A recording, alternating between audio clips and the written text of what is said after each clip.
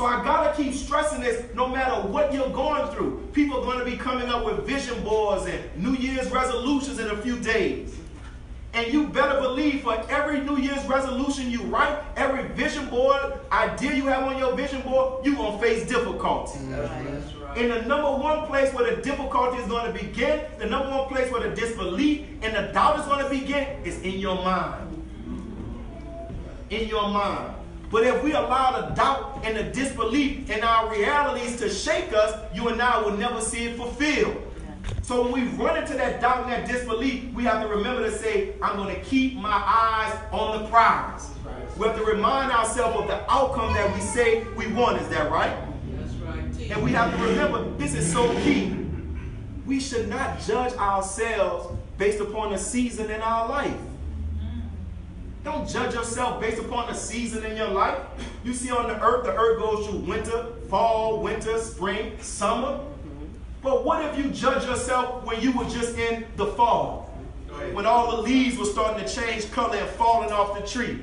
Then when winter came, there was no growth. What if we just judge the earth right at that moment and say, man, this is why I don't want to live on the earth, because all the stuff is covered up by ice, it's cold, and everything is dying. I'm out of here. We shoot ourselves or take some pills. We will never experience spring. Never experience summer. Do not judge yourself. Of course, strive to continue to improve, but don't put a final period on your life because of some season you are in.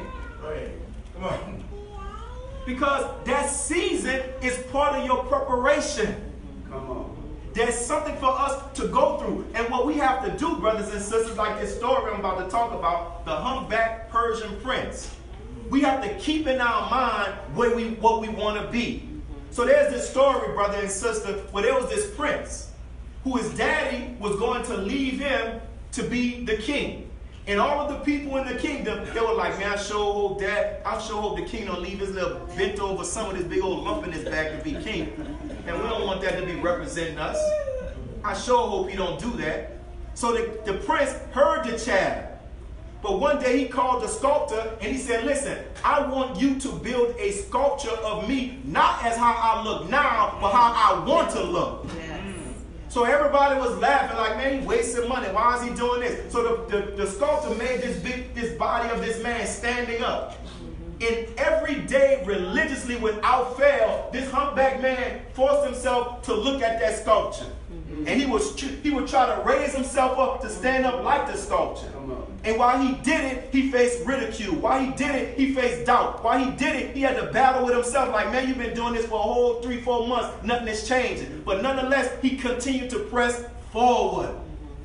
And then one day while he was going, he heard somebody say, man, the prince is starting to straighten up a little bit. And this gave him motivation. And then eventually he went there one day. When he stood up just like that sculpture.